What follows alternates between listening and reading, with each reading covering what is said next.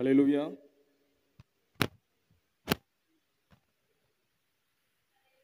ஹல்லேலூயா. ஹல்லேலூயா. கிறிஸ்துவுக்குள் மிகவும் பிரியமானவர்களே, ஆண்டவரும் அருமை இரட்சகருமாகிய இயேசு கிறிஸ்துவின் ஈடு இணையற்ற நாமத்தினாலே உங்கள் யாவருக்கும் என்னுடைய அன்பின் வாழ்த்துக்களை தெரிவித்துக் கொள்கின்றேன்.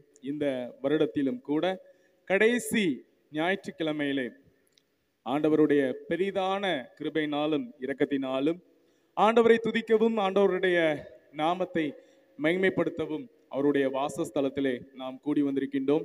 எல்லா துதியும் கனமும் மகிமையும் நம் ஆண்டவர் ஒருவருக்கு மட்டுமே உண்டாகட்டும். அருமையான கர்த்தருடைய தாசன் தாவீது ராஜா கூறுகின்றார். எடுத்தவர்கள் வாசியுங்கள். 1 நாளாகமம் புஸ்தகம் 17ஆம் அதிகாரம் 16ஆம் வசனத்தை. 1 நாளாகமம் 17ஆம் அதிகாரம் 16ஆம் வசனம்.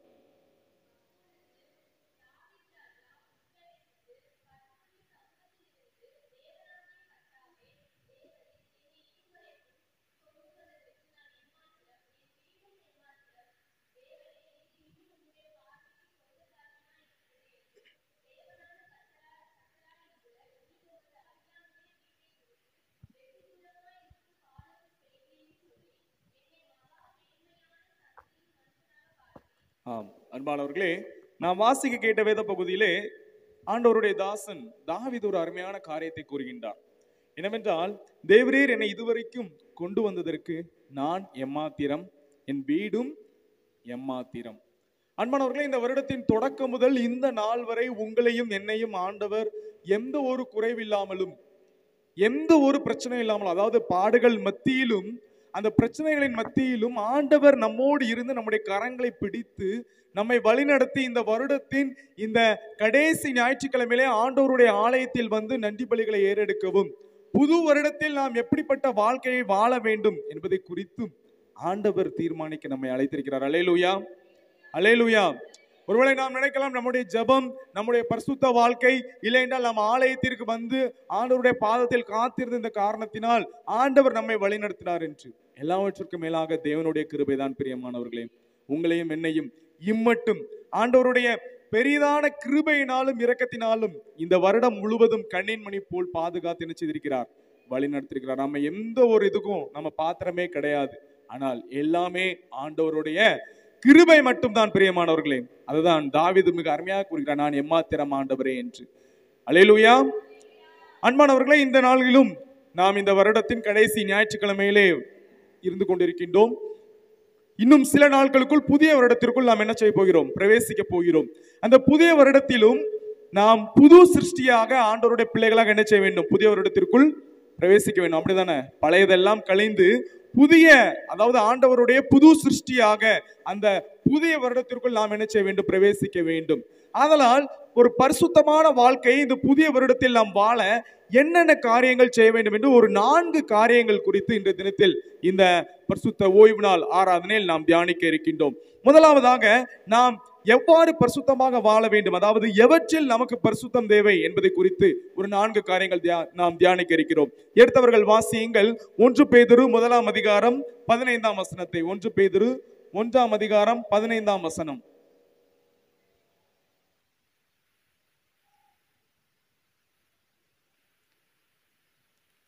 உங்களை அழைத்தவர் பரிசுத்தராய் இருக்கிறது போல நீங்களும் உங்கள் நடக்கையில் எல்லாற்றிலும் பரிசுத்தராய் இருங்கள். 1 பேதுரு 1ஆம் அதிகாரம் 15ஆம் வசனத்தில் பேதுரு அடிகளார் மிக அருமையாக கூறுகிறார், உங்களை அழைத்தவர் பரிசுத்தராய் இருக்கிறது போல நீங்களும் உங்கள் நடக்கைகள் எல்லாவற்றிலும் என்ன செய்ய வேண்டுமாம், பரிசுத்தராய் இருங்கள் என்று கூறுகிறார். அன்பானவர்களே, முதலாவதாக நடக்கையில் பரிசுத்தம் என்பதை குறித்து நாம் தியானிக்க இருக்கின்றோம். நம்முடைய நடக்கை பரிசுத்தமானதாக இருக்கின்றதா, இல்லை என்றால் நாம் அதை எப்படி நாம் பரிசுத்தமானதாக வாழ வேண்டும், ஆண்டவருக்கு பிரியமான வழிகளில் நாம் நடக்கிறவர்களாக இருக்கின்றோமா, இல்லை என்றால் அதை நாம் எப்படி மாற்றிக்கொள்ள வேண்டும் என்பதை குறித்து இந்த தினத்தில் நாம் இந்த ஓய்வு நாள் ஆராதனையில் தியானிக்க இருக்கின்றோம். பரிசுத்தம் என்பது நம் ஆண்டவர் மிக மிக மிக விரும்புகின்ற ஒரு காரியம். பரிசுத்தம் இல்லாமல் அவரை அண்டிக் கொள்வது என்பது நடக்காத ஒரு காரியம். பொதுவாக நாம் பழைய ஏற்பாட்டு காலத்தில் பார்த்தோம் என்றால், அந்த பழைய ஏற்பாட்டு காலத்திலே பரிசுத்தமாக மாற வேண்டும் என்றால், அதாவது பாவ மன்னிப்பு பெற வேண்டும் என்றால் என்ன செய்வார்கள் என்றால் நம் அனைவருக்கும் நன்றாக தெரியும். மோசையின் நியாய பிரமாணத்தின்படி ஆடுகளையோ இல்லை என்றால் புறா குஞ்சுகளையோ கொண்டு சென்று அந்த வேத பரகரிடமோ இல்லை என்றால் பரிசரிடமோ கொடுத்து அவர்கள் என்ன செய்வார்கள்? தங்களை சுத்திகரித்துக் கொள்வார்கள். அதை பலியிட்டு அதன் மூலமாக அன்றைய தினத்தில் பாவ மன்னிப்பு பெற்றுக் வந்த ஒரு பழக்கம் இருந்தது. ஆனால் புதிய ஏற்பாட்டு காலத்தில், இந்த கிருபையின் காலத்தில் வாழ்ந்து கொண்டிருக்கின்ற நீங்களும் நானும் அந்த மாதிரி எதுவும் என்ன செய்ய வேண்டாம், பண்ண வேண்டாம். ஏனென்றால் நமக்காக பலியாக நம்முடைய ஆண்டவர் இந்த பூமிக்கு வந்து தன்னையே பலியாக தந்து உங்களுக்கும் எனக்கும் பரிசுத்த வாழ்க்கை வாழ ஒரு அழகான வாழ்க்கை ஆண்டவர் கொடுத்திருக்கின்றார். இந்த அழகான வாழ்க்கையிலே நாம் நம்முடைய நடக்கையிலே பரிசுத்தம் உள்ளவர்களாக நாம் இருக்கின்றோமா? ஒரு நிமிஷம் யோசிச்சு பாருங்க. நம்முடைய நடக்கை ஆண்டவருக்கு பிரியமானதாக இருக்கின்றதா? ஆண்டவர் காட்டுகின்ற நீதியின் பாதையிலே, பரிசுத்த பாதையிலே நீங்களும் நானும் நடக்கிறவர்களாக இருக்கின்றோமா? எனக்கு பிரியமானவர்களே, நாம் அப்படி இல்லை என்றால் இந்த புதிய வருடத்தில், சில நாட்களுக்குள் நாம் பிரவேசிக்க இருக்கின்ற புதிய வருடத்தில் நாம் நம்மை மாற்றிக்கொள்ள வேண்டும். நம்முடைய நடக்கையிலே பரிசுத்தம் எனது நமக்கு வேண்டும். வேதாகமத்திலே எத்தனையோ நபர்கள் தங்களுடைய நடக்கையில் பரிசுத்தமாக இருந்தார்கள். ஆனால் எனக்கு மிகவும் பிடித்த ஒரு நபரை உங்களுக்கு முன்பாக முன் உதாரணமாக வைக்க ஆசைப்படுகிறேன். எடுத்தவர்கள் வாசியுங்கள். ஆதியாகமம் புஸ்தகம் 37ஆம் அதிகாரம் 36ஆம் வசனத்தை. ஆதியாகமம் 37, 36.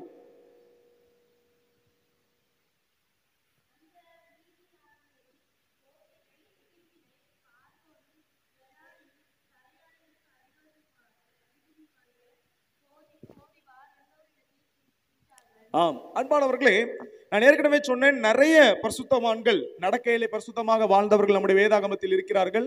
ஆனால் எனக்கு மிகவும் பிடித்த நபர் இந்த யோசேப்பு. நாம் வாசி கேட்ட வசனத்திலே பரிசுத்த வாழ்க்கைக்கு மிகச்சிறந்த உதாரணமாக இருந்தவர் அந்த யோசேப்பு. அவர் இப்ப எங்க போறாரு? போர்த்திபார் வீட்டுக்கு அடிமையாக போகிறார். எனக்கு அன்பானவர்களே, அந்த யோசேப்புக்கு ஆண்டவர் ஒரு அருமையான சொப்பனத்தின் மூலமாக ஒரு வாக்குத்தத்தத்தை கொடுத்தார்.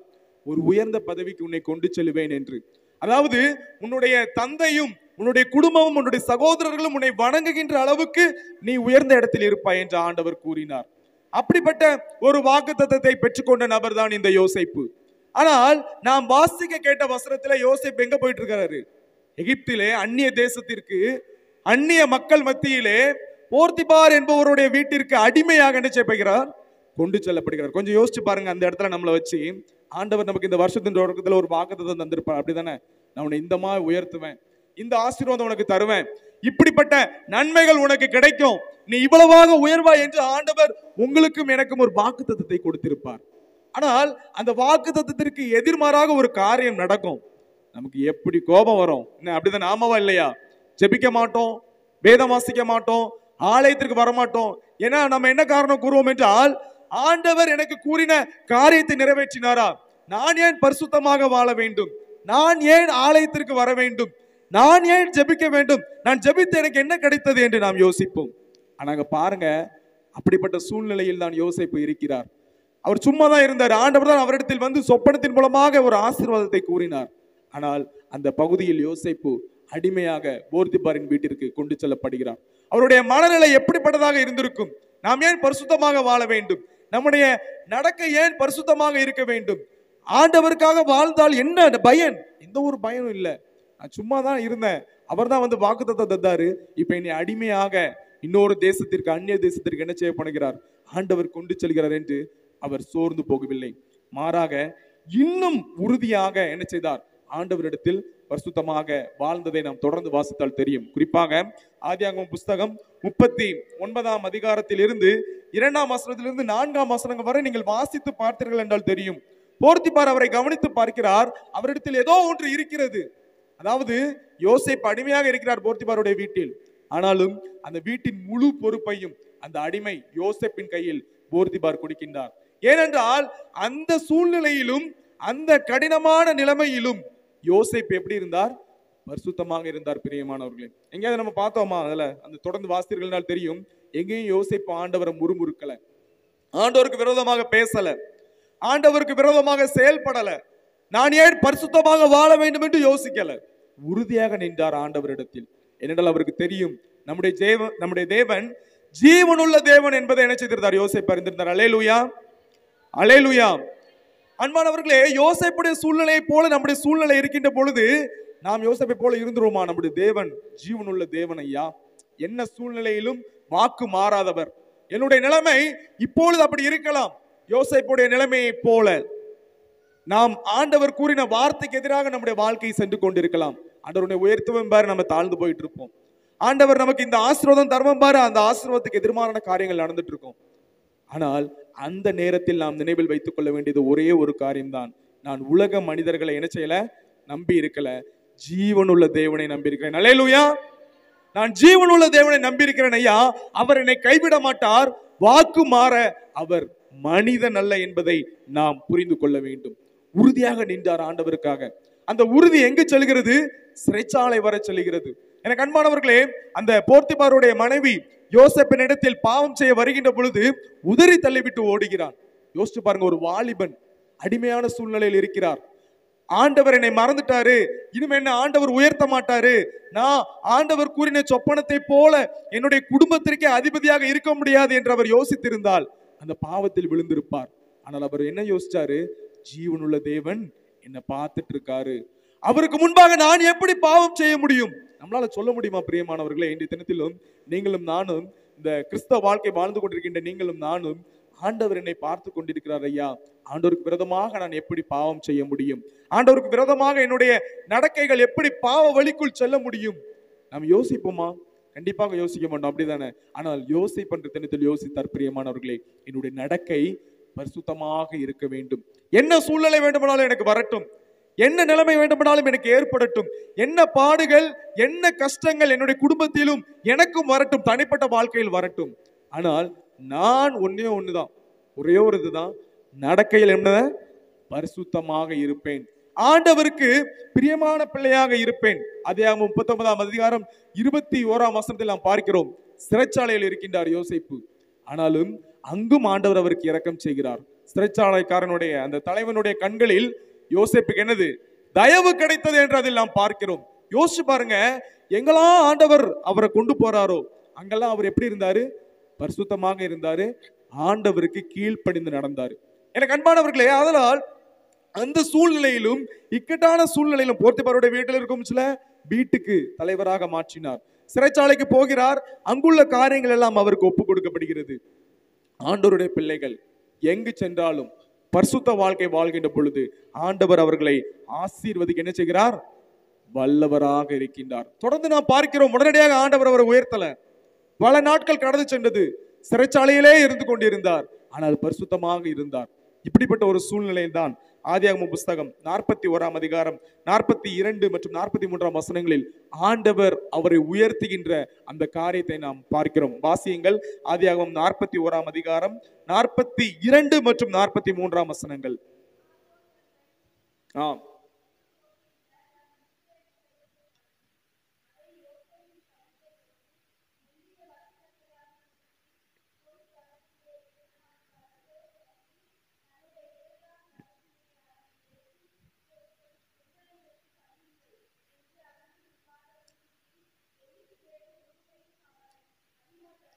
அன்பானவர்களே, நாம் இதே அதிகாரம் தொடக்க பகுதியில் வாசித்தோம் என்றால் தெரியும். பார்வோனுக்கு சொப்பனங்கள் வந்து நித்திரை இல்லாமல் இருப்பார். பார்த்தீர்கள் என்றால் நீங்கள் தெரியும், நீங்கள் அதை வாசித்து பார்த்தீர்கள் என்றால் தெரியும், மிகவும் கடுமையான ஒரு தொந்தரவுக்குள்ளாக அவர் சென்றிருப்பார். என்ன காரணம் என்றால், ஆண்டவருடைய மகன், ஆண்டவருக்கு பிரியமாய் நடந்த அவருடைய தாசன் யோசேப்பு பரிசுத்தவான், நடக்கையிலே பரிசுத்தமாய் இருந்தவன், அங்கு சிறைச்சாலையில் என்ன பண்ணிட்டு இருக்கிறாரு? கஷ்டப்பட்டு இருக்கிறாரு.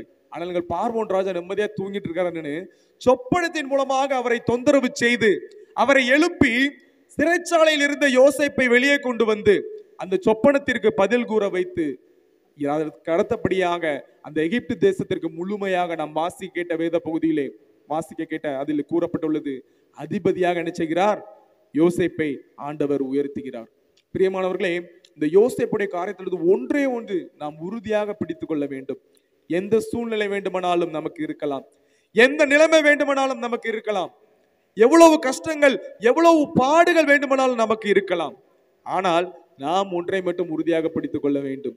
ஆண்டவர் நமக்கு தந்த அந்த பரிசுத்த வாழ்க்கையை, நம்முடைய நடக்கைகளை நாம் பரிசுத்தமாக காத்து கொள்ள வேண்டும் என்பதை சொல்லி நாம் இந்த யோசேப்புடைய காரியத்திலிருந்து நாம் கற்றுக்கொள்ளலாம். பிரியமானவர்களே, இறுதியாக கலாத்தியர் 6 நாம் வாசிக்க கேட்போம். பவுல் ஒரு அருமையான காரியத்தை கலாத்தியர் திருச்சபைக்கு கூறுவார். கலாத்தியர் 6 7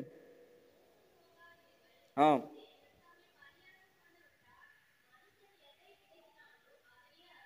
அன்பானவர்களே, இந்த பின்பகுதியை பாருங்க. மனுஷன் எதை விதைக்கிறானோ அதையே அறுப்பான். யோசேப்பு அன்றைய தினத்தில் பரிசுத்த காரியங்களை விதைத்துக் கொண்டிருந்தார். அவர் நினைத்திருந்தால் அசுத்த காரியங்களை விதைத்திருக்கலாம், பாவ காரியங்களை செய்திருக்கலாம், பரிசுத்த நடக்கையை விட்டு அசுத்த நடக்கைக்கு சென்று இருக்கலாம். ஆனால் அவர் அதெல்லாம் செய்யவே இல்லை. மாறாக பொறுமையோடு ஆண்டவருக்காக காத்திருந்து தன்னுடைய நடக்கையை பரிசுத்தமாக காத்து கொண்டதினால் அதற்கேற்ற பலனை ஆண்டவரிடத்திலிருந்து பெற்றுக்கொண்டார். எனக்கு அன்பானவர்களே, புதிய வருடத்திற்குள்ளாக கடந்து செல்ல இருக்கின்ற நாம் முதலாவதாக நம்முடைய நடக்கையிலே பரிசுத்தம் நமக்கு வேண்டும். யோசேப்பை அதற்கு முன்னுதாரணமாக நாம் வைத்து நம்முடைய நடக்கைகளை நாம் பரிசுத்தத்தை காத்துக் கொள்கின்ற பொழுது அதற்கேற்ற பலனை யோசேப்பு எப்படி அறுவடை செய்தாரோ அதே போல நீங்களும் நானும் அறுவடை செய்து ஆண்டவருடைய நாமத்தை என்ன செய்ய முடியும்? மகிமைப்படுத்த முடியும். இரண்டாவதாக நமக்கு எதில் பரிசுத்தம் தேவை என்பதை பார்க்கின்ற பொழுது நம்முடைய கண்களில் பரிசுத்தம் தேவை. எடுத்தவர்கள் வாசியுங்கள். பரிசுத்த மத்தேயு என்பவர் எழுதிய சுவிசேஷம் 6ஆம் அதிகாரம் 22 மற்றும் 23ஆம் வசனம். மத்தேயு 6ஆம் அதிகாரம் 22 மற்றும் 23ஆம் வசனங்கள்.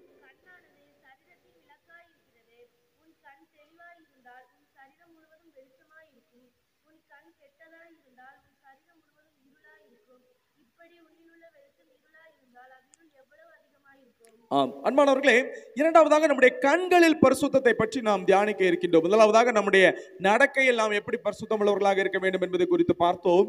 இரண்டாவதாக நம்முடைய கண்களில் பரிசுத்தம் தேவை, அதை எப்படி நாம் பெற்றுக்கொள்ள என்கின்ற காரியங்கள் குறித்து நாம் தியானிக்க இருக்கின்றோம்.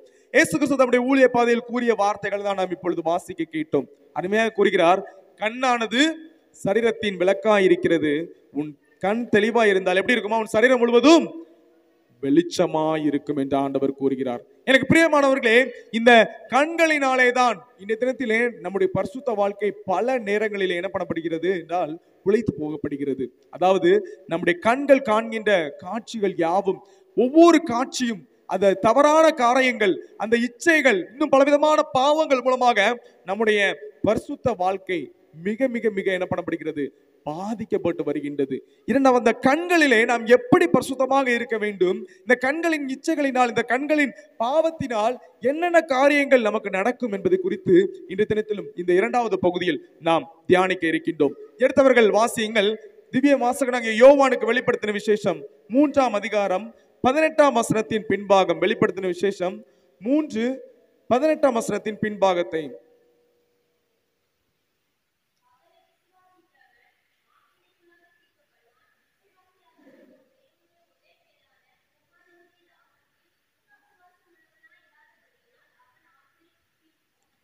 இல்ல அன்பானவர்களை, வெளிப்படுத்தின விசேஷம் 3ஆம் அதிகாரம் 18ஆம் வசனத்தின் பின்பாகம். இல்ல, உன் கண்களுக்கு கலிக்கம் போடவும். வெளிப்படுத்தின விசேஷம் 3ஆம் அதிகாரம் அதன் 18ஆம் வசனத்தின் பின்பாகத்தை நான் வாசிக்கின்றேன். நீ பார்வை அடையும்படிக்கு உன் கண்களுக்கு கலிக்கம் போடவும் வேண்டும் என்று உனக்கு ஆலோசனை சொல்லுகிறேன். எனக்கு அன்பானவர்களே, கலிக்கம் கண்களுக்கு என்ன செய்ய வேண்டுமாம்? கலிக்கம் போட வேண்டுமாம். இந்த குதிரையை பார்த்தீர்கள் என்றால் தெரியும், அந்த குதிரையுடைய கண்களில் என்னவென்றால் கலிக்கம் போட்டிருப்பார்கள். அதாவது முழுவதுமாக அதோட கண்ணை என்ன செய்ய மாட்டாங்க? மறைக்க மாட்டாங்க. இந்த சைடுல உள்ள பகுதிகளை பார்க்க கூடாது என்பதற்காக, அந்த சைடு பகுதி தெரியக்கூடாது என்பதற்காக என்னவென்றால் கலிக்கம் போட்டிருப்பார்கள். அந்த கலிக்கம் போடுவதனால் குதிரை என்ன மட்டும்தான் பார்க்கும்? நேரா மட்டும்தான் பார்க்கும். சைட்ல எங்கேயுமே திரும்பாது. சைட்ல என்ன இருக்குன்னு அதுக்கு தெரியாது. அதோட கோல், அதோட ஏம் எல்லாமே ஸ்ட்ரெயிட் ஃபார்வர்டா தான் இருக்கும். நேராக தான் சென்று கொண்டே இருக்கும். அதுதான் ஆண்டவர் சொல்கிறார், நம்முடைய கண்களுக்கு நாம் என்ன செய்ய வேண்டுமாம்? கலிக்கம் போட வேண்டுமாம். எதற்கு கலிக்கம் போட வேண்டும்? இந்த உலக பிரகாரமான வாழ்க்கையிலே அந்த குதிரையை போலதான் நீங்களும் நானும் இருக்கின்றோம். நமக்கு முன்பதாக நம்முடைய ஆண்டவராக இயேசு கிறிஸ்துவை முன்னிறுத்தி நம்முடைய இந்த உலக வாழ்க்கையிலே, பாவ வாழ்க்கையிலே, நமக்கு இடதுபுறமும் வலதுபுறமும் இருக்கின்ற பாவங்களை பார்க்காமல் ஒரே பார்வையாக, நேர் பார்வையாக நம்முடைய ஆண்டவராக இயேசு கிறிஸ்துவை பார்த்து அவரை பின்தொடர வேண்டும் என்று சொல்லிதான் ஆண்டவர் என்ன சொல்கிறார்? நம்முடைய கண்களுக்கு கலிக்கம் போட வேண்டும். குதிரையை போல நாம் கலிக்கம் போட்டுக்கொள்ள வேண்டும் என்று கூறுகின்றார். குதிரைக்கு கலிக்கம் போடலாம் என்ன ஆகும் தெரியுமா? குதிரை நேரா பார்த்து போகவே செய்யாது. இங்க ஏதாவது புல்லு இருக்குதா, ஏதாவது இடம் நல்லா இருக்குதா, நாம் இங்கு போய் பார்ப்போமே, இல்லைன்றால் இந்த பக்கம் போய் பார்ப்போமே என்று கழிக்கம் போடாத காரணத்தினால் பக்கத்திலே அக்கம் பக்கத்தில் செல்ல வாய்ப்பு இருக்கின்றது. அதே போலதான் இந்த கிறிஸ்தவ வாழ்க்கையிலும், இந்த உலக பிரகாரமான வாழ்க்கையில் வாழ்ந்து கொண்டிருக்கின்ற நீங்களும் நானும் குதிரையை போல நம்முடைய கண்களுக்கு கழிக்கம் போட்டு அக்கம் பக்கத்தில் பார்க்காமல் ஒரே பார்வையாக நம்முடைய இயேசு கிறிஸ்துவை மட்டும் பார்த்து பயணிக்கிறவர்களாக என்ன செய்ய வேண்டும், காணப்பட வேண்டும். பிரியமானவர்களே, நாம் மிக மிக மிக பொல்லாத காலத்தில் வாழ்ந்து கொண்டிருக்கின்றோம். நம்மை சுற்றி பாவம் நெருக்கி வந்து கொண்டிருக்கிறது, அப்படித்தானே? என்னென்னலாமோ பாவங்கள் நம்முடைய நாட்டிலும் இன்னும் உலகத்தில் உள்ள பல்வேறு நாடுகளிலும் நடந்து கொண்டிருக்கின்றது. அதையெல்லாம் நம்ம பார்க்க வேண்டாம் பிரியமானவர்களே. நாம் என்ன செய்ய வேண்டும், குதிரையை போல நம்முடைய கண்களுக்கு கழிக்கத்தை போட்டு, அந்த கழிக்கத்தை எப்படி குதிரைக்கு அணிவிப்பார்களோ அதே போல அணிவித்து அக்கம் பக்கத்தில் பார்க்காமல், அவங்க பாவத்தோட தானே வாழ்றாங்க, அவங்க நல்லா இருக்காங்களே, அப்படிலாம் இல்லை, அவங்க எப்படி வேணாலும் வாழ்ந்து போகட்டும். ஆனால் ஆண்டவருடைய பிள்ளைகளாகிய நீங்களும் நானும் நம்ம என்ன செய்யணும், பரிசுத்தமாக வாழ வேண்டும். அந்த குதிரையை போல கழிக்கம் போட்டவர்களாக நாம் வாழ வேண்டும். அன்பானவர்களே, இதை நீதிமொழிகள் புஸ்தகம் 4ஆம் அதிகாரம் 25ஆம் வசனத்தில் சாலமோன் மிக அருமையாக கூறியிருப்பார். எடுத்தவர்கள் வாசியுங்கள். நீதிமொழிகள் 4ஆம் அதிகாரம் 25ஆம் வசனத்தை. உன் கண்கள் நேராய் நோக்க கடவது, உன் கண்ணிமைகள் உனக்கு முன்னே செவ்வையாய் பார்க்க கடுவது. இதைதான் அருமையாக கூறுகிறார். குதிரையை போல நாம் நேராக பார்க்கிறவர்களாக காணப்பட வேண்டும். அக்கம் பக்கத்தில் திரும்புகிறவர்களாக இருந்தோம் என்றால் ஆண்டவருடைய வருகையில் என்ன பண்ணப்படுவோம், கைவிடப்படுவோம். பிரியமானவர்களே, அந்த குதிரை எப்படி அந்த கடிவாளம் இல்லை என்றால், அந்த கலிகம் இல்லை என்றால் அக்கம் பக்கத்தில் திரும்பி தன்னுடைய வேலையை மறந்து விடுமோ, அதே போலதான் நீங்களும் நானும். நீதிமொழிகள் 4ஆம் அதிகாரம் 25ஆம் வசனத்தில் கூறப்பட்டது போல நேரானவைகளை நாம் பார்க்கிற பொழுது அது நம்முடைய கண்களில் பரிசுத்தத்தை கொண்டு வர, ஆண்டவருக்கு பிரியமான வாழ்க்கை வாழ மிகவும் எளிதாக இருக்கும். இந்த காரியத்தை கூறின சாலமோன் இன்னொரு அருமையான காரியத்தையும் கூறியிருப்பார். பிரசங்கி 2ஆம் அதிகாரம் 10ஆம் வசனத்தில் நாம் வாசித்தோம் என்றால் தெரியும். எடுத்தவர்கள் வாசியுங்கள். பிரசங்கி 2ஆம் அதிகாரம் 10ஆம் வசனத்தை. ஆம்,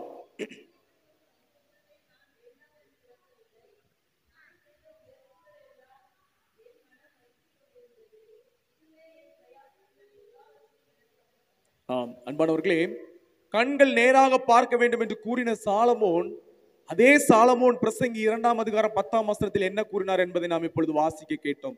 என் கண்கள் இச்சித்தவைகளில் ஒன்றையும் நான் அவைகளுக்கு தடை பண்ணவில்லை.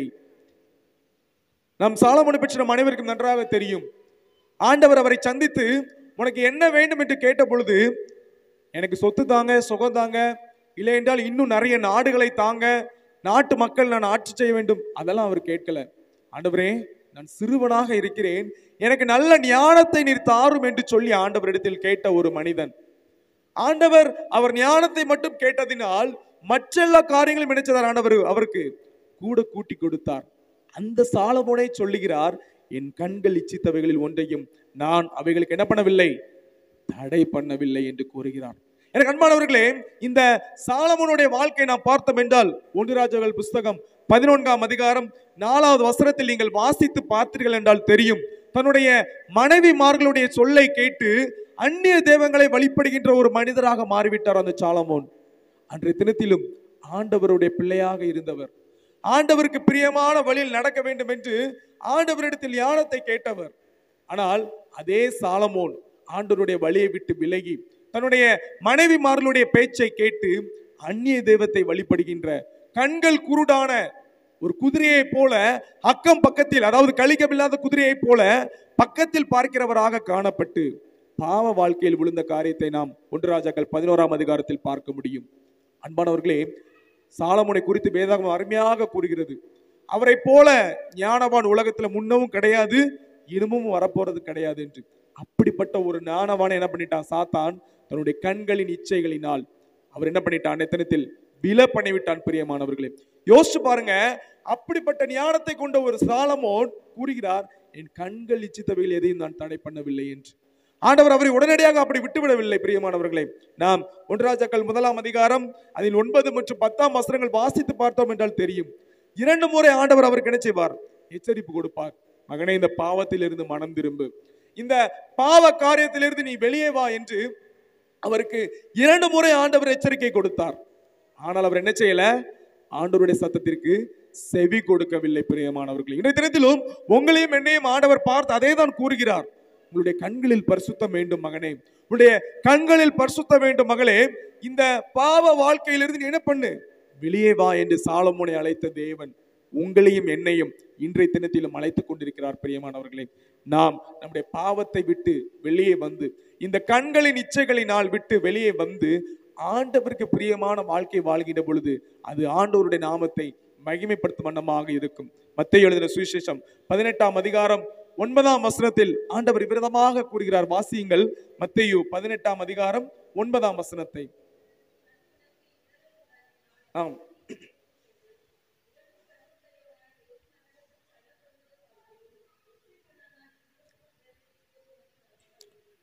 உன் கண் உனக்கு இடரல் உண்டாக்கல, என்ன பண்ணி போடணுமா, பிடுங்கி எரிந்து போடு என்று ஆண்டவர் கூறுகிறார். அன்பானவர்களே, நம்முடைய கண் நமக்கு பாவத்தை உண்டாக்குகிற ஒன்றாக இருந்தால் பிடுங்கி நாம் என்ன செஞ்சிடணும், எரிந்து போட வேண்டுமா. ஏனென்றால் நீ உன்னுடைய 2 கண்ணோடு நரகத்துக்கு போறதுக்கு பதிலா உன் கண்கள் இல்லாமல் என்ன பண்ணலாம், பரலோகத்திற்கு வரலாம் என்று ஆண்டவர் கூறுகிறார். எனக்கு அன்பானவர்களே, அதற்காக நாம் கண்களை பிடுங்கி போட வேண்டும் என்று நான் சொல்லல. நாம் அந்த கண்களின் இச்சைகளில் இருந்து, நம்முடைய கண்கள் செய்கின்ற பாவத்தில் இருந்து நான் விடுபட வேண்டும் என்று தான் நான் உங்களுக்கு கூறுகிறேன். பிரியமானவர்களே, இந்த தினத்திலும் நாம் ஏற்கனவே கூறினது போல நம்முடைய உள்ளங்கையில் உலகம் இருக்கிறது, அப்படித்தானே? நம்முடைய மொபைல் போனை எடுத்துக்கிட்டா போதும், அதுல என்னென்ன காரியங்கள் எல்லாம் நாம் கண்களின் இச்சைகளால் பார்க்கிறோமோ எல்லாமே இருக்கிறது. அதற்காக நாம் இப்பொழுது பொதுவாக சொல்ல வேண்டுமானால் மொபைல் போன் யூஸ் பண்ணாமல் இருக்க முடியாது. அப்படிப்பட்ட ஒரு சூழ்நிலையில் நாம் இருக்கிறோம். மொபைல் போனுக்குள்ள போனாலே போதும், அவ்வளவு இச்சையான பாவங்கள் நம்முடைய மொபைல் போனில் இருந்து கொண்டிருக்கிறது. எல்லா காரியங்களிலும் பாவங்கள் இருக்கிறது. நம்மை சுற்றி, நம்முடைய சமுதாயத்தில், நாம் வாழ்கின்ற இந்த உலகத்தில் எல்லா இடத்திலும் பாவங்கள் பெருகி கொண்டே இருக்கிறது. ஆனால் ஆண்டவருடைய பிள்ளைகளாகி நீங்களும் நானும் அந்த கண்களின் இச்சைகளுக்கு விலகி ஆண்டவருக்கு பிரியமான வழியிலே நடக்கின்ற பொழுது யோசேப்பை உயர்த்திய தேவன் நம்மையும் உயர்த்த வல்லவராக இருக்கின்றார். அதனால் இரண்டாவதாக கண்களில் பரிசுத்தம் நமக்கு தேவை. இந்த புதிய வருடத்தில் பிரவேசிக்கின்ற நாம் இந்த கண்களின் பரிசுத்தத்தோடு ஆண்டவருடைய சன்னிதானத்தில் பிரவேசிக்கின்ற பொழுது அது ஆண்டவருக்கு நாமத்தை உண்டாக்கின்ற ஒன்றாக இருக்கும். மூன்றாவதாக நம்முடைய வார்த்தையிலே பரிசுத்தம் வேண்டும் என்பதை குறித்து நாம் தியானிக்க இருக்கின்றோம். எடுத்தவர்கள் வாசியுங்கள், எபேசியர் 4ஆம் அதிகாரம் 29ஆம் வசனத்தை. எபேசியர் 4:29.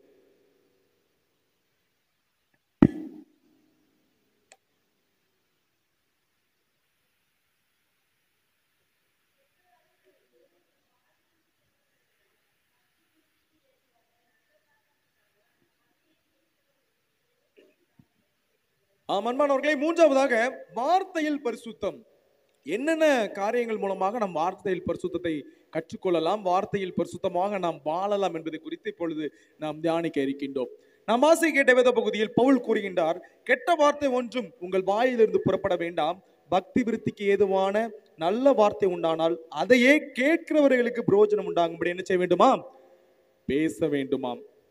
நாம் யோசிக்கலாம், கெட்ட வார்த்தை போட்டா மட்டும்தான் அது கெட்ட வார்த்தை, அதுதான் தவறான வார்த்தை, அப்படி பேசுறது மட்டும்தான் தவறு என்று நாம் எண்ணிக்கொள்ளலாம். அப்படி அல்ல, நாம் மற்றவர்களை குறித்து தேவையில்லாமல் பேசுகின்ற காரியம் கூட அது கெட்ட வார்த்தை தான். இதுவாக சொல்ல வேண்டும் என்றால், யாராவது ஒருவர் மேல் நமக்கு ஒரு கோபம் இருக்கும். சில நேரங்களில் அவங்களை என்ன பண்ணுவோம், டென்ஷன்ல ஏதாவது பேசிடுவோம், அப்படி பண்றாங்க இப்படி பண்றாங்க என்று. அதுவே தவறான வார்த்தை தான் என்று சொல்லி வேதம் கூறுகிறது. பிரியமானவர்களே, நாம் வார்த்தைகளில் கவனமாக இருக்க வேண்டும். நாம் பயன்படுத்துகின்ற வார்த்தை, நாம் பேசுகின்ற வார்த்தை அது ஆண்டவருக்கு பிரியமுள்ள வார்த்தையாக இருக்க வேண்டும். ஆண்டவர் பிரியப்படுவாரா நம்ம யாரையாவது திட்டுனா? யோசிச்சு பாருங்க. இல்லை என்றால் யாரையாவது சபித்தால் ஆண்டவர் அதில் பிரியப்படுவாரா? இல்லை. பிரியமானவர்களே, ஆண்டவருடைய வேதத்தை வாசிக்கின்ற வாயினாலே நம்ம என்ன பண்ணக்கூடாது, கெட்ட வார்த்தைகளோ யாரையோ சபிச்சு நாம் என்ன செய்யக்கூடாது, பேசக்கூடாது. நாம் பேசுகின்ற வார்த்தை எல்லாருக்கும் பயனுள்ளதாக இருக்க வேண்டும். அதிலும் குறிப்பாக ஆண்டவருடைய நாமம் மகிமைப்படுவதாக இருக்க வேண்டும். நாம் பேசுகின்ற ஒவ்வொரு வார்த்தைக்கும் ஆண்டவருடைய வருகையில் நாம் என்ன செய்ய வேண்டும், ஆண்டவரிடத்தில் கணக்கு கொடுக்க வேண்டும். நாம் இப்பொழுது சும்மா தைரியமா பேசிடலாம், நமக்கு வாய் இருக்குது, நம்ம தைரியமா பண்ணலாம், ஒன்றும் பிரச்சனை இல்லை அப்படின்ட்டு. அப்படி இல்லை, நாம் பேசுகின்ற ஒவ்வொரு வார்த்தைக்கும் ஆண்டவருடைய வருகையிலே நாம் கணக்கு கொடுக்கிறவர்களாக காணப்பட வேண்டும். அதனால் நம்முடைய வார்த்தையில் நமக்கு பரிசுத்தம் தேவை, ஜாக்கிரதை உள்ளவர்களாக நாம் பேச வேண்டும். இதற்கு உதாரணமாக ஒரு 3 நபர்களை நாம் உங்களுக்கு முன்பதாக முன் உதாரணமாக வைக்க ஆசைப்படுகின்றேன். என்னாகமம் புஸ்தகம் 12ஆம் அதிகாரத்தை நீங்கள் திருப்பிக் கொள்ளுங்கள். என்னாகமம் புஸ்தகம் 12ஆம் அதிகாரம் முதல் 2 வசனங்களை நாம் வாசிக்க கேட்போம். என்னாகமம் 12 1 மற்றும் 2 வசனங்கள்.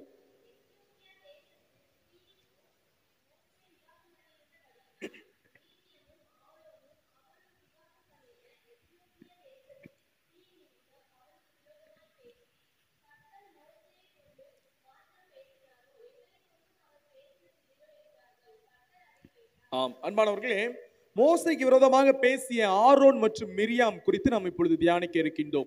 அவர்களுடைய வார்த்தை அன்றைய தினத்தில் பயனுள்ளதாக இல்லை. ஆண்டவருக்கு பிரியமில்லாத வார்த்தை என்ன செய்தார்கள்? அவர்கள் நாம் வாசிக்க கேட்ட அந்த வேத பகுதியிலே வாசித்தார்கள். என்னவென்றால், மோசேக்கு விரோதமாக என்ன செய்கிறார்கள்? அவர்கள் பேசுகிறார்கள். மோசே என்ன பெரிய தீர்க்கதரிசியா? இல்ல மோசே என்ன பெரிய ஆண்டவரோட பிள்ளையா? அவர்கிட்ட மட்டும் தான் ஆண்டவர் எங்கிட்ட பேசுவாரா? ஏன் எங்க கிட்ட ஆண்டவர் பேச மாட்டாரா? நாங்களும் அவருக்கு சரி சமம் தான் என்று அன்றைய தினத்தில் மோசேக்கு விரோதமாக, ஆண்டவருடைய அந்த மகனுக்கு விரோதமாக பேசுகின்ற வார்த்தை தான் நான் இப்பொழுது தியானிக்க கேட்டோம். உடனடியாக ஆண்டவர் அதை கேட்டு அவர்கள் இருவரையும் வரவழைக்கிறார். அவர்கள் இருவரையும் வரவழைத்து என்ன செய்கிறார்?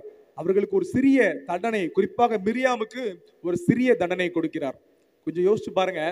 நான் யோசிப்பேன் எப்பொழுதும், மோசே இடத்துல நான் என்ன வச்சு யோசிச்சு பார்ப்பேன். இந்த ஊழிய பாதையில யாராவது என்னை குறிச்சு இப்படி பேசினாங்கன்னா, ஆண்டவர் அவங்களுக்கு இப்படி தண்டனை கொடுத்தாருன்னா எப்படி இருக்கும் அப்படின்னு சொல்லிட்டு ரொம்ப சந்தோஷமா இருக்கும். அப்படிதானே?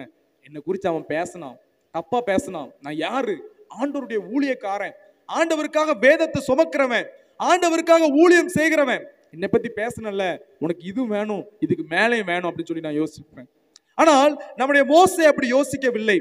மாறாக அவர் அவர்களுக்காக பரிந்து பேசுகின்ற காரியத்தை நாம் பார்க்கிறோம். நாம் தொடர்ந்து 3ஆவது வசனத்தில் பார்க்கிறோம். மோசேயானவன் பூமியில் உள்ள சகல மனிதர்களிலும் மிகுந்த சாந்த குணமுள்ளவனாயிருந்தான். அவர் பாருங்க, எனக்கு விரோதமாக பேசிட்டாங்க ஆண்டவரே அப்படின்னு சொல்லிட்டு இருந்து அவர் என்ன பண்ணல? ஃபீல் பண்ணல. இல்லை என்றால் அவர்களுக்கு தண்டனை கொடுங்கள் ஆண்டவரே என்று சொல்லி அவருடைய வார்த்தைகளை அவர்களுக்கு விரோதமாக இவர்கள் பேசல. இல்லை என்றால் அவர்களுக்கு விரோதமாக இஸ்ரவேல் ஜனங்களிடத்தில் சென்று எனக்கு விரோதமா பேசிட்டு இருக்காங்க, இப்படி தேவையில்லாம பாத்தீங்களா, எப்படிலாம் பேசுறாங்க பாத்தீங்களா என்று என்ன செய்யல? முறையிடல. சாந்த குணமுள்ளவனாக இருந்தான். அவனுடைய வார்த்தையை சரியாக பயன்படுத்தினான். பிரியமானவர்களே, எப்படி அவருடைய வார்த்தையை சரியாக பயன்படுத்தினான் என்றால், தொடர்ந்து நாம் வாசித்தோம் என்றால் தெரியும். ஆண்டவர் அவர்கள் இருவருக்கும் தண்டனை கொடுத்த உடனே ஆண்டவர் மோசேட்ட போய் ஆண்டவர் பேசுறாரு. என்னன்னா, ஆண்டவரை தயவு கூர்ந்து என்ன பண்ணியும் அவர்களை நீர் மன்னியும் என்று கூறுகின்றார். 13ஆம் வசனத்தில் பார்க்கிறோம். அப்பொழுது மோசே கர்த்தரை நோக்கி, என் தேவனே அவளை குணமாக்கும் என்று கெஞ்சினான் என்று கூறப்பட்டுள்ளது. எப்படிப்பட்ட ஒரு மனசு பாருங்க. அவருக்கு விரோதமாக பேசியிருக்காங்க. அவர்களுடைய வார்த்தையினாலே ஒரு தேவையில்லாத வார்த்தை மிகவும் மோசையை காயப்படுத்தி இருக்கும். அவருடைய திருமண வாழ்க்கையை கொண்டு இழுத்து பேசியிருக்கிறாங்க. ஆனால் அதே மோசே மறுவார்த்தை எதுவும், தேவையில்லாத வார்த்தை எதுவும், கெட்ட வார்த்தை எதுவும் பேசாமல் ஆண்டவரே அவளை என்ன பண்ணும்? குணமாக்கும் என்று கெஞ்சுகிறான். எனக்கு அன்பான தேவஜனமே, நீங்களும் நானும் வருகின்ற புதிய வருடத்திலும் மோசேயை போல சாந்த குணமுள்ளவர்களாக இருந்து நம்முடைய வார்த்தையை நாம் என்ன செய்ய வேண்டும்? பரிசுத்தத்தை காத்து கொள்ள வேண்டும். ஜாக்கிரதையாக இருக்க வேண்டும். நாம் யாரை குறித்தும் என்ன பண்ணக்கூடாது? அவர்கள் மேல் கோபப்படவோ எரிச்சல் படவோ எதுவுமே பட வேண்டாம். பிரியமானவர்களே, ஆண்டவர் அதற்கேற்ற பலனை அவர்களுக்கு கொடுப்பார். அல்லேலூயா, அல்லேலூயா. இன்றைய தினத்திலும் உங்களுக்கு விரோதமாகவும் நம்முடைய ஊழியத்துக்கு விரோதமாகவும் எத்தனையோ பேர் மிரியாம் போல் ஆரோன் போல் பேசிக் கொண்டு இருக்கலாம். இல்லை என்றால் தேவையில்லாத காரியங்கள் சொல்லிக் கொண்டு இருக்கலாம். நாம் என்னதான் செய்யணும்? மோசே போல சாந்த குணமுள்ளவர்களாக இருக்க வேண்டும். மாறாக மோசே அவர்களுக்கு ஜெபித்தது போலவும் நாம் ஜெபிக்க வேண்டும்.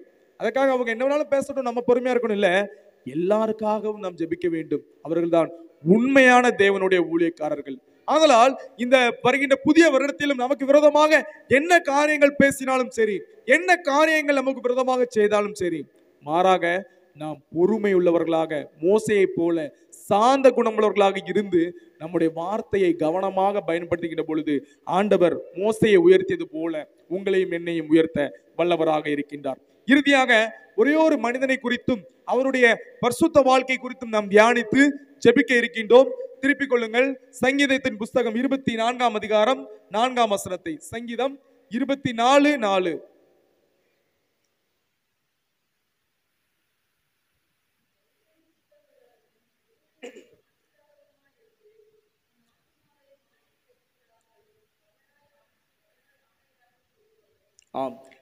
இறுதியாக 4வதாக கைகளில் சுத்தத்தை பற்றி நாம் தியானிக்க இருக்கின்றோம்.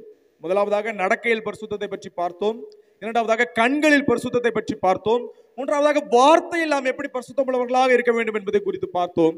இறுதியாக கைகளில் பரிசுத்தம், எப்படி நம்முடைய கைகள் பரிசுத்தமாக நம் ஆண்டவருக்கென்று செயல்பட வேண்டும் என்பதை குறித்து நாம் தியானிக்க இருக்கின்றோம். எனக்கு அன்பானவர்களே, அதற்கு மிகச் சிறந்த உதாரணமாக நம்முடைய வேதத்தில் ஒரு நபர் இருக்கின்றார். அவர்தான் ஆபிரகாமின் மகன் ஈசாக்கு.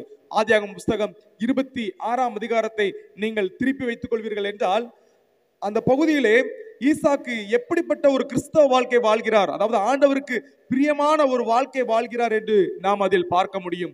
என்னவென்றால், அந்த பகுதியிலே ஈசாக்கு என்ன செய்கிறார் என்றால், ஒரு துறவு வெட்டுகிறார். நாம் ஆதியாகமம் புஸ்தகம் 26ஆம் அதிகாரத்தை முழுவதுமாக வாசித்தோம் என்றால் தெரியும்.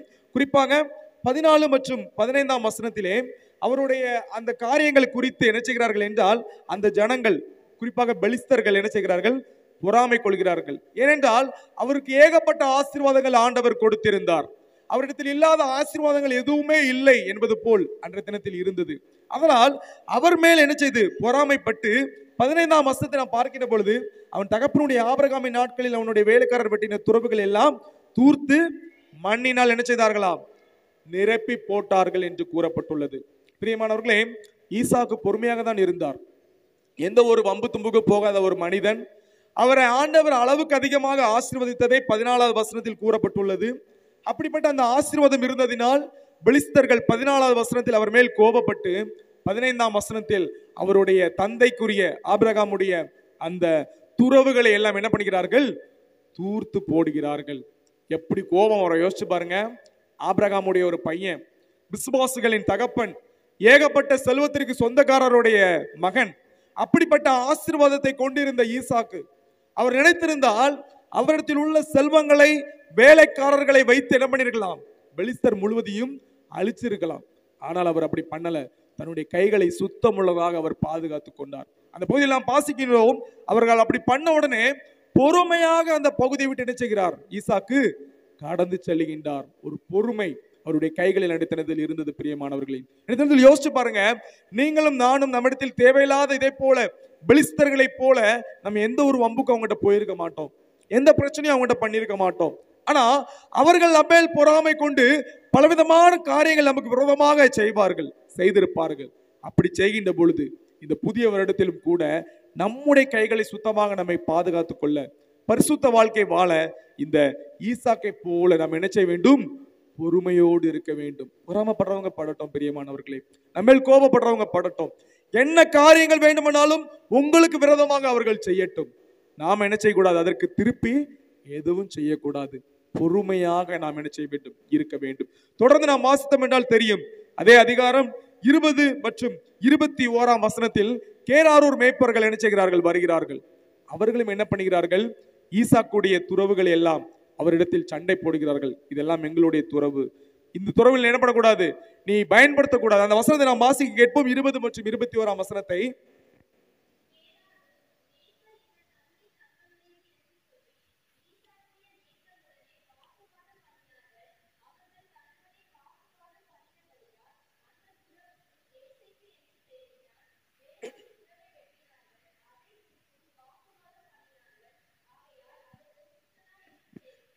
போதும் பிரியமானவர்களே, அன்பானவர்களே, முதலாவதாக பெலிஸ்தர்கள் அவனிடத்தில் மேல் பொறாமை கொண்டு அவனுடைய துறவுகளை எல்லாம் தூர்த்து போட்டார்கள். அங்கிருந்து புறப்பட்டு வேறொரு இடத்துக்கு வராரு. கேராரூர் என்கின்ற இடத்திற்கு வந்து அங்கு துறவுகளை வெட்டுகிறார். அங்கே என்ன செய்யறாங்க, அந்த ஊர் மக்கள் அவரிடத்தில் சண்டை போடுறாங்க. அங்கேயும் அவர் ஈசாக்கு என்ன செய்தார், பொறுமையாக இருந்தார். இந்த பொறுமை உங்களுக்கும் எனக்கும் வருகின்ற புதிய வருடத்தில் கட்டாயம் தேவை பிரியமானவர்களே. ஈசாக்குக்கு தொந்தரவு கொடுத்தது போல, ஈசாக்கை துன்பப்படுத்தியது போல, ஈசாக்கின் மேல் பொறாமைப்பட்டது போல பல கூட்ட ஜனங்கள் உங்களுக்கு விரோதமாகவும் எனக்கு விரோதமாகவும் எழும்பி வருவார்கள். அவர்கள் காரணம் இல்லாமல் நம்ம என்ன செய்வார்கள், தொந்தரவு படுத்துவார்கள். நம்மேல் பொறாமை கொண்டு நமக்கு விரோதமாக தீங்கான காரியங்கள் எல்லாம் செய்வார்கள். ஆனால் நாம் ஈசாக்கை போல நம்முடைய கைகளில் சுத்தம் உள்ளவர்களாக இருந்து பொறுமை உள்ளவர்களாக காணப்பட்டு ஆண்டவருடைய வழிகளில் நடக்கின்ற பொழுது ஆண்டவர் நம்மை உயர்த்த வல்லவராக இருக்கிறார். அல்லேலூயா, அல்லேலூயா. அந்த இடத்துல ஈசாக்கு பொறுமையாக இருக்கிறார். அவர் நினைச்சிருந்தா கேரூரார் அந்த மேய்ப்பர்களையும் சரி அந்த ஊர் மக்களையும் சரி ஒரு நிமிஷத்துல அழிச்சிருக்கலாம். ஆனால் எந்த ஒரு காரியமும் செய்யாமல் நாம் ஆண்டவருடைய பிள்ளைகள் பொறுமையாக இருக்க வேண்டும். ஆண்டவர் காட்டுகின்ற வழியில் நடக்க வேண்டும் என்று சொல்லி தன்னுடைய பரிசுத்தத்தை பாதுகாக்க அந்த இடத்தை விட்டு வேறொரு இடத்துக்கு போகிறார். 22ஆம் வசனத்தில் நாம் பார்க்கிறோம், பின்பு அவ்விடம் விட்டு பெயர்ந்து போய் வேறொரு துறவை என்ன செய்கிறான்? வெட்டினான். அதை குறித்து அவர்கள் வாக்குவாதம் பண்ணவில்லை. அப்பொழுது அவன் நம் தேசத்தில் பழுகும்படிக்கு இப்பொழுது கர்த்தர் நமக்கு இடம் உண்டாக்கினார் என்று சொல்லி அதற்கு ரெகபோத் என்று பெயரிட்டான்.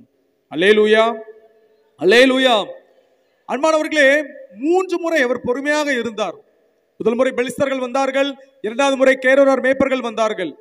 2 முறையும் பொறுமையோடு இருந்தார். எந்த ஒரு காரியமும் அவர் செய்யல. அவர் நினைச்சிருந்தா அவருடைய ஆயுதங்களை வைத்து அவருடைய ஆட்களை வைத்து ஒரே அடியில என்ன செஞ்சிருக்கலாம்? 2 கூட்ட மக்களையும் அடித்து நொறுக்கி இருக்கலாம். ஆனால் பொறுமையாக இருந்தார். அந்த பொறுமைக்கு தேவன் கொடுத்த பரிசு தான் என்னது?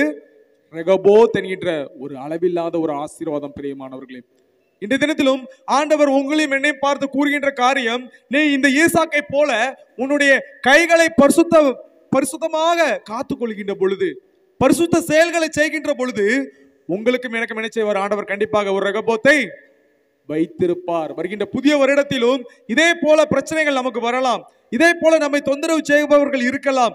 நம்மேல் பொறாமை கொண்டு தேவையில்லாத காரியங்கள் எல்லாவற்றையும் நமக்கு கொடுப்பவர்கள் பல பேர் எழும்பி வரலாம்.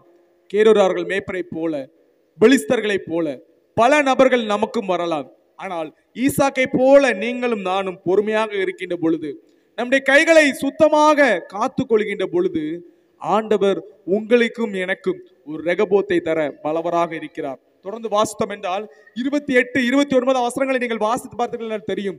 அந்த புறஜாதி மக்கள் ஈசாக்கிடத்தில் வந்து என்ன செய்கிறார்கள்? உம்மிடத்தில் என்னது? உம்முடைய தேவன் இருக்கிறார் என்பதை நாங்கள் மெய்யாகவே கண்டோம். ஏனென்றால் இவ்வளவாக என்ன செய்திருக்கிறார்? உம்மை ஆசீர்வதித்திருக்கிறார் என்கிற ஒரு சாட்சி கூறுகின்ற காரியத்தை நாம் பார்க்கிறோம். எனக்கு அன்பான தேவஜனமே, இந்த தினத்தில் நம்மிடத்தில் பல புறஜாதி மக்கள் நம்மை சுற்றி இருக்கிறார்கள். எத்தனை பேர் இதை போல் நம்மிடத்தில் வந்து சாட்சி கூறுகிறார்கள்? ஒரு காலத்திலே கிறிஸ்தவர்கள் என்றால் அவர்கள் மிகவும் நல்லவர்கள், ஆண்டவருக்கு பிரியமான வழிகளில் நடப்பவர்கள் என்று கூறிக்கொண்டிருந்த காலம் போய் இப்பொழுது நாமும் சாதாரண ஜனங்களைப் போல வாழ்ந்து வருகிறவர்களாக காணப்படுகின்றோம். கிறிஸ்துவை மறந்து, ஆண்டவர் காட்டிய பரிசுத்த வழியை மறந்து ஏதோ ஒரு வழியில் என்ன செய்கிறோம்? வாழ்ந்து கொண்டிருக்கிறவர்களாக நாம் காணப்படுகின்றோம். அந்த காரியத்தை நாம் மாற்ற வேண்டும். நம்முடைய கைகளிலே ஒரு பரிசுத்தம் வேண்டும்.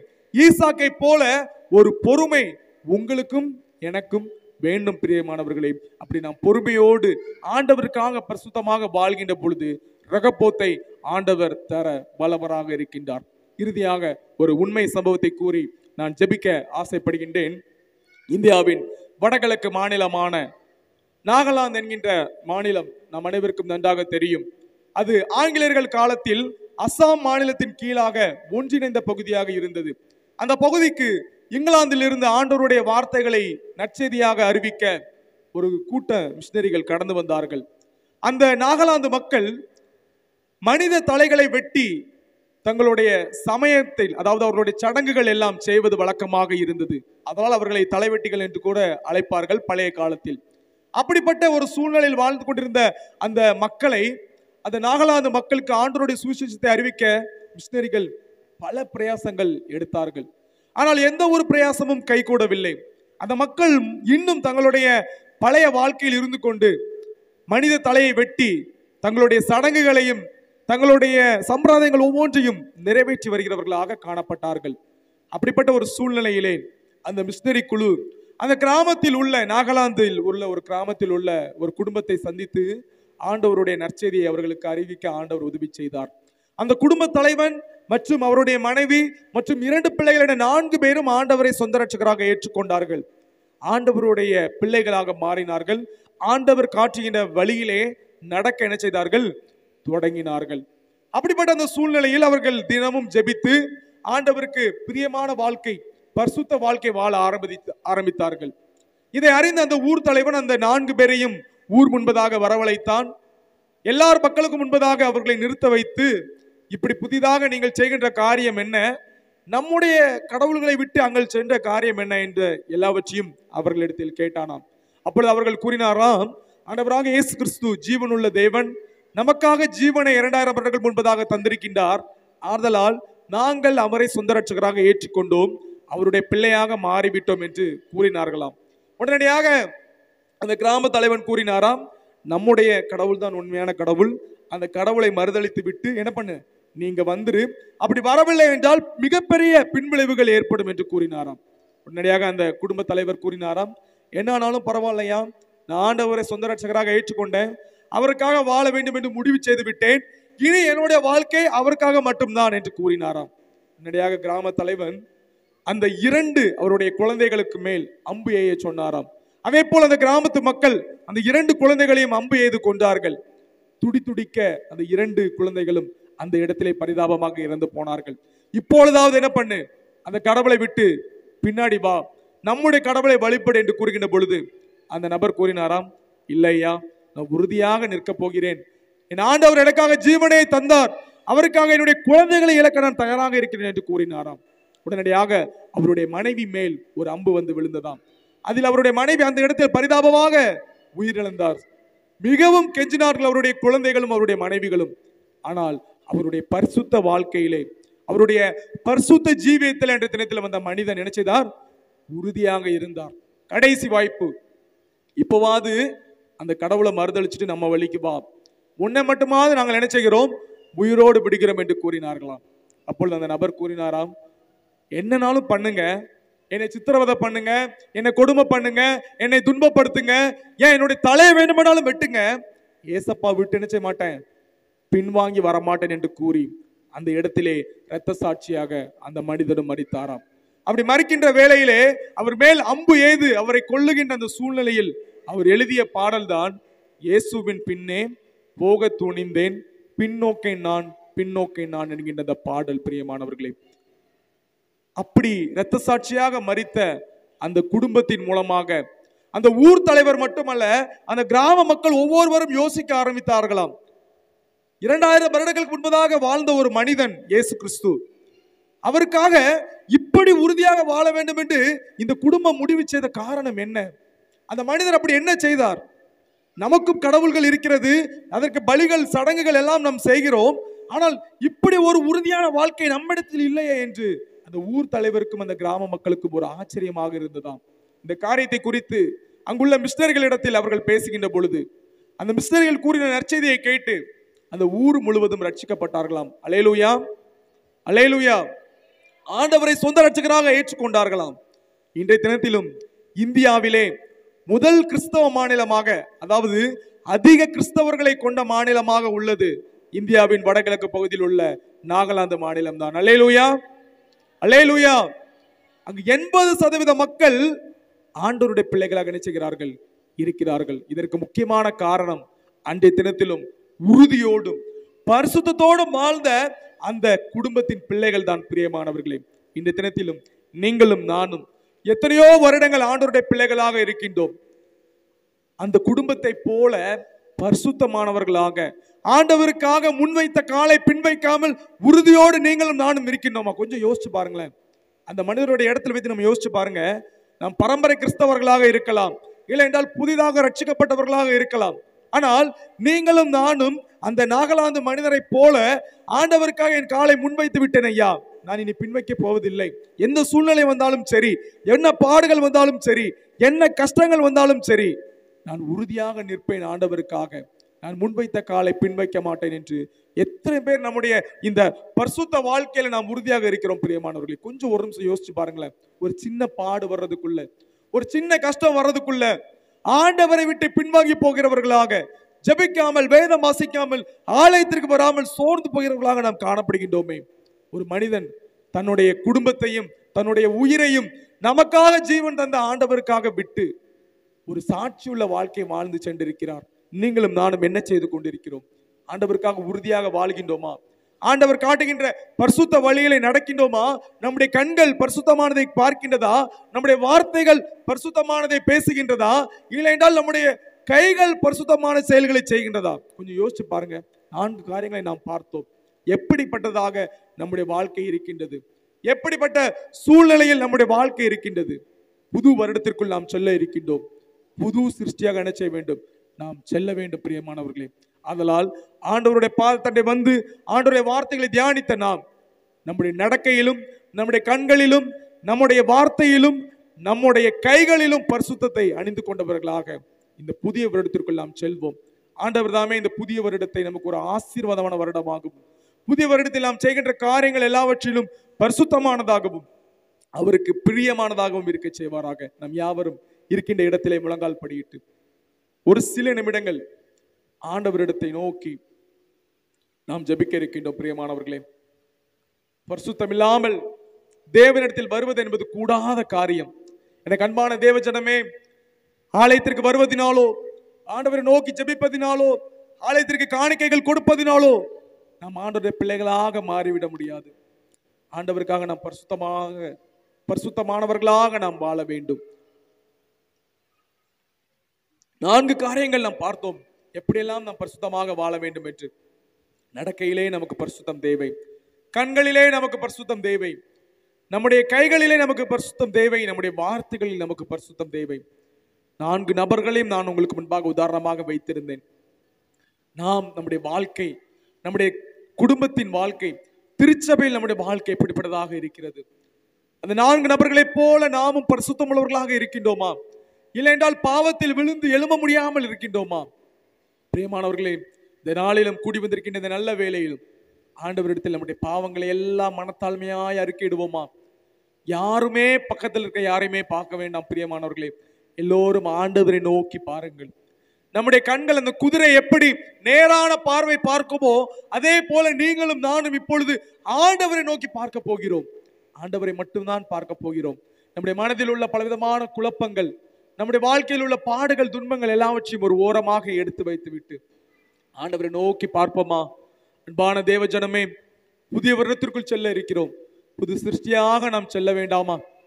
ஆண்டவரிடத்தில் இந்த வேளையிலே மன்னிப்பு கேட்போமா? ஆண்டவரே, என்னுடைய பாவங்களை எல்லாம் மன்னியும் என்று சொல்லி கேட்போமா? ஆண்டவர் நம்முடைய பாவங்களை எல்லாம் மன்னிக்க வல்லவராக இருக்கிறார். அன்பானவர்களை எல்லோரும் ஆண்டவரை நோக்கி கேட்போம். நான் ஒரு பாவியான மனிதன், ஆண்டவரே என் மேல் கிருபையாய் நீர் இரும் என்று சொல்லி கேட்போமா? ஆண்டவரே, என்னுடைய பாவங்களை எல்லாம் மன்னியும் என்று சொல்லி நாம் கேட்போமா? ஆண்டவருடைய சன்னிதானத்திலே கூடி வந்திருக்கின்ற நாம் யாரும் மௌனமாக இருக்க வேண்டாம். பிரியமானவர்களே, ஆண்டவரை நோக்கி நாம் கேட்போமா? ஆண்டவரே, என்னுடைய பாவங்களை எல்லாவற்றையும் மன்னியும், பாவியான என்மேல் கிருபையாயிரும் என்று சொல்லி நாம் கேட்போமா? ஆண்டவர் நம்முடைய பாவங்களை மன்னிக்க வல்லவராக இருக்கிறார். ஆண்டவர் நம்முடைய பாவங்களை மன்னித்து நமக்கு புதிய வாழ்க்கையை தர தயாராக இருக்கிறார். இந்த பழைய வருடத்தோடு இந்த பாவங்கள் எல்லாவற்றையும் நாம் களைந்து புதிய வருடத்திலே ஆண்டவருக்கு பிரியமான பிள்ளைகளாக, பரிசுத்த பாதையில நடக்கின்ற பிள்ளைகளாக நாம் நடக்க வேண்டும் என்று சொல்லி ஆண்டவர் விரும்புகிறார். பிரியமானவர்களே, இந்த அன்பு சகோதரன் அன்றைய தினத்திலும் ஆண்டவரை சொந்த ரட்சகராக ஏற்றுக்கொண்டு ஆண்டவருக்காக உறுதியாக நின்றது போல தன்னுடைய பாவ வாழ்க்கையை எல்லாம் களைந்து புது சிருஷ்டியாக மாறி அந்த பாடுகள் மத்தியிலும் ஆண்டவருக்காக உறுதியாக நின்றார். இப்பொழுது நாம் அனைவரும் ஆண்டவரை நோக்கி பார்ப்போமா? வருகின்ற புதிய வருடத்திலும் ஆண்டவரே, உம்முடைய பின்னே வருகின்ற நாங்கள் பின்வாங்காதபடி, பரிசுத்த வாழ்க்கையில உறுதியாக இருக்கும்படி நீர் எங்களை வழிநடத்த வேண்டும் என்று சொல்லி ஆண்டவரிடத்தில் கேட்போமா? எவ்வளவு பாடுகள், துன்பங்கள், எவ்வளவு துயரங்கள், கஷ்டங்கள் உங்களுடைய வாழ்க்கையிலும் என்னுடைய வாழ்க்கையிலும் வரலாம். 2025ஆம் ஆண்டிலே பல்வேறு கஷ்டங்கள், பாடுகள் மத்தியில் நாம் வாழ சூழ்நிலை ஏற்படலாம். ஆனாலும் பின்வாங்காத அந்த வாழ்க்கை, அந்த சூழ்நிலையிலும் பரிசுத்தமுள்ள ஒரு வாழ்க்கை நாம் வாழ வேண்டும் என்று சொல்லி ஆண்டவர் விரும்புகிறார். எல்லோரும் ஆண்டவரிடத்தில் கேட்போமா? ஆண்டவரே, என்னை பரிசுத்தப்படுத்துங்க அப்பா. ஆண்டவரே, என்னை ஒரு விசையாக பரிசுத்தப்படுத்துங்க. ஆண்டவரே, உமக்கு பிரியமான பிள்ளையாக நான் வருகின்ற புதிய வருடத்திலே வாழ வேண்டும் அப்பா. என்னுடைய பாவங்கள் எல்லாம் பாராதபடிக்கு ஆண்டவரே, நீர் உமது முகத்தை மறைத்து அக்கிரமங்கள் எல்லாம் நீக்கியறலும் என்று சங்கீதக்காரன் கூறினது போல என்னுடைய பாவங்கள், அக்கிரமங்கள் எல்லாம் நீக்கியரும் தகப்பனே. உம்மை பின்பற்றி நாங்கள் நடக்க தேவாதி தேவன் நீர் கிருபை தாரும் ஆண்டவரே. அப்பா, இப்படி தாசன் மிக அருமையாக பாடினார் ஆண்டவரே. இயேசுவின் பின்னே போக துணிந்தேன், இயேசுவின் பின்னே போக துணிந்தேன், இயேசுவின் பின்னே போக துணிந்தேன், பின்னோக்கே நான், பின்னோக்கே நான், பின்னோக்கே நான், பின்னோக்கே நான், இயேசுவின் பின்னே போக துணிந்தேன், இயேசுவின் பின்னே போக துணிந்தேன், இயேசுவின் பின்னே போக துணிந்தேன், பின்னோக்கே நான், பின்னோக்கே பின்னோக்கே நான், பின்னோக்கே நான். உலகம் என் பின்னே, சிலுவை என் முன்னே. உலகம் என் பின்னே, சிலுவை என் முன்னே. உலகம் என் பின்னே, சிலுவை என் பின்னே. பின்னோக்கே நான், பின்னோக்கே நான், பின்னோக்கே நான், பின்னோக்கே நான். ஆம், எங்கள் அன்பின் தகப்பனே, இந்த வேளையிலும் ஆண்டவர் உம்முடைய வார்த்தைகளை தியானித்த நம்முடைய பிள்ளைகளாகிய நாங்கள் எங்களுடைய பாவங்களை எல்லாம் உம்முடைய பாதத்தண்டை மனத்தாழ்மையாக அறிக்கையிடுகிறோம். பாவங்களை மன்னித்து புதிய வாழ்க்கை கொடுக்கின்ற எங்கள் தேவன், எங்களுடைய பாவங்கள் எல்லாவற்றையும் தயவு கூர்ந்து மன்னித்து நீர் எங்களை பரிசுத்தப்படுத்த வேண்டும் என்று சொல்லி நாங்கள் கெஞ்சி மண்டாடுகிறோம். ஆண்டவரே, உம்முடைய பாதத்தண்டை வந்திருக்கின்ற நம்முடைய பிள்ளைகளாகி நாங்கள் வருகின்ற 2025ஆம் ஆண்டிலும் கூட ஆண்டவரே, உம்மை பின்பற்றி நடக்கிறவர்களாக காணப்பட தேவாதி தேவன் நீர் எங்களுக்கு கிருபைகளை தாரும் தகப்பனே. என்ன சூழ்நிலைகள் எங்களுக்கு வந்தாலும், என்ன நெருக்கங்கள், என்ன பாடுகள் எங்களுக்கு வந்தாலும், நாங்கள் உம்மை பின்பற்றி வாழ்கிறவர்களாக காணப்பட ஆண்டவரே, எங்களுடைய சூழ்நிலைகளை பார்த்து உம்மை விட்டு பின்வாங்காமல் இயேசுவின் பின்னே போக துணிந்தேன். பின்னோக்கே நான், பின்னோக்கே நான் என்று நாங்கள் பாடின பாடலை போல பின்னால் வந்த உங்களுடைய பிள்ளைகளாக நாங்கள் எந்த சூழ்நிலையிலும் ஆண்டவரே எங்களுடைய பரிசுத்த வாழ்க்கையில இடரை விடாமல் ஆண்டவரே உமக்கு பிரியமான வாழ்க்கை வாழ தேவாதி தேவன் நீர் எங்களுக்கு கிருபைகளை தாரும். தாராதனில் கலந்து கொண்ட ஒவ்வொரு பிள்ளைகளையும் நாங்கள் உடைய பாதத்தில் தருகிறோம். ஒவ்வொருவரையும் நீர் ஆசீர்வதியும், உடைய கிருபையாலும் இரக்கத்தினாலும் வழி நடத்தும். வருகின்ற இந்த புதிய வருடம் எங்கள் அனைவருக்கும் ஒரு ஆசீர்வாதமானதாக இருக்க கிருபை செய்யும். மீதியான ஒவ்வொன்றையும் நீரே பொறுப்படுத்திக் கொள்ளும். உடைய கிருபையாலும் இரக்கத்தினாலும் வழி நடத்தும். எல்லா துதியும் கனமும் மகிமையும் நாங்கள் உமக்கு மட்டுமே செலுத்துகிறோம். கிறிஸ்துவின் மூலம் ஜெபிக்கிறோம் நல்ல பிதாவே. என் ஆத்துமாவே கர்த்தரை ஸ்தோத்திரி, என் உள்ளுள்ளமே அவருடைய பரிசுத்த நாமத்தை ஸ்தோத்திரி. என் ஆத்துமாவே கர்த்தரை ஸ்தோத்திரி, கர்த்தர் செய்த சகல உபகாரங்களை மறவாதே. ஆமென். அல்லேலூயா, அல்லேலூயா.